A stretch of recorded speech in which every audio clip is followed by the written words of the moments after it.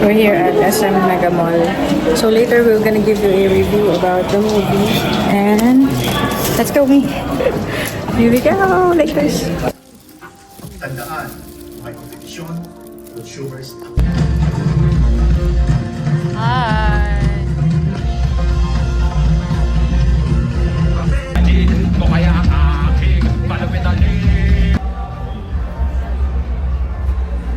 Yun, hi guys. So welcome back to our channel.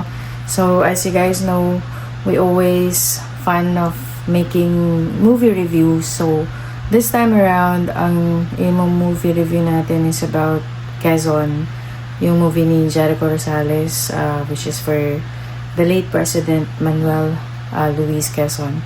So with regard to the movie, yung story niya, I think it was a great movie because it was able to tackle yung when it comes to cinematography, yung luma and yung modern way of cinematics. And at the same time, the story itself, nagustuhan ko siya kasi it made me think. So ginulo niya yung utak ko, yung mga paniniwala ko, and it was even able to connect the movie for General Luna. Dun sa General Luna, if you were able to see that movie before, talagang kuhang-kuha niya yung galit ko kay Emilio Aguinaldo. With this movie, it kinda tricked my mind if lahat ba ng nalalaman ko or pinaniniwalaan ko before, tama ba lahat yun? Parang nagkaroon ako ng ganung thoughts. Kasi alam ko how cruel yung pagpatay sa asawa ni Andres Bonifacio, including yung pagpatay, yung pagpe-frame up kay General Luna. Everyone is pointing fingers to the same person. So for this movie, I'm giving you a heads up. Ang laki ng impact niya na magkakaroon kayo ng question sa mind niyo na ano ba talaga. And at the same time, makikita nyo yung previous situation ng mga Pilipino noon until now. Parang halos lahat sila, everything is just about politics, everything is just about money, everything is just about business and power. So nakakalungkot na hindi lang yung current administration or current government ang may problema. It was actually happening way back pa when we first got our independence. So yeah, hopefully this movie help our new generation, mga kabataan ngayon, na lalong maging masigasig sa pag-alam at pagtuklas ng katotohanan about our history, about our government, about our politics, about our people who really needs help, yung totoong sitwasyon, yung totoong muka ng bansa natin. And I hope this movie serves as parang pagbubukas ng ating mga diwa na hindi tayo pwedeng oo lang ng oo, hindi tayo pwedeng kagat lang ng kagat sa mga sarswela, sa kwento-kwento, sa mga palabas na gawa-gawa lang ng mga politiko na gustong i-keep ang kanilang kapangyarihan, pero hindi naman talaga nakakatulong sa bansa natin o sa sitwasyon ng bansa natin.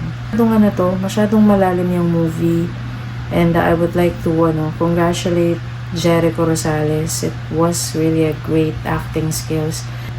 Never mo kami disappoint, Echo.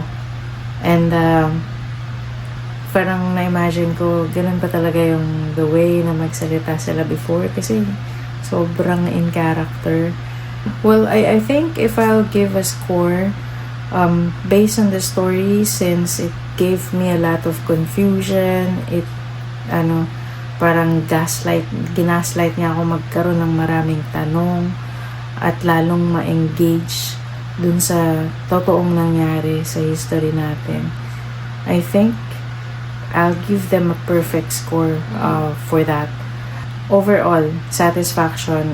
Even though, ito pa yung moral lesson even though marami kang pera, kung kahit gaano ka kagaling mag-manipulate ng politika, ng kapangyarihan, at the end of the day, sisingilan ka talaga So, health is wealth. Hindi lang pera, hindi lang negosyo. Pero, yeah, this movie actually provides a moral lesson na pag kinuha sa'yo, pag binawian ka, wala kang magagawa. So, it's just God who can really decide about your future. That's my movie review. Sky is kinda shy, so... Mami! Ano yung score mo? 1 to 5? Ako actually 5. 5 si Kai. 1 to 10? 9.5. 9.5. Okay. So, Pwede yun. na sa 10. Pwede rin daw sa 10. So, yan. I encourage you all to watch Quezon. So, marami kayong matututunan. Marami kayong mga tanong na papasok sa isip nyo. Maraming pagbubukas diwa, pagbubukas isipan, at pagbubukas damdamin sa revolusyon na nangyari noon. Ang mga pinaghirapan ng ating mga bayani noon upang makamit natin yung kalayaan. So, ganun ka-importante yung kalayaan na tinatamasa natin. And, huwag natin hayaan na pinaglalaroan lang tayo ng mga nasa upuan. So, ayun na. I hope this review helped you. So, encourage ko kayo lalo na yung mga estudyante dyan. Keep learning. And, sobrang excited ako sa next sequel. May pasilip sila. I think the next movie is about magsaysay. So, I think maraming magandang inputs and moral lessons and new learnings na matututunan tayo dun. So, excited na kami.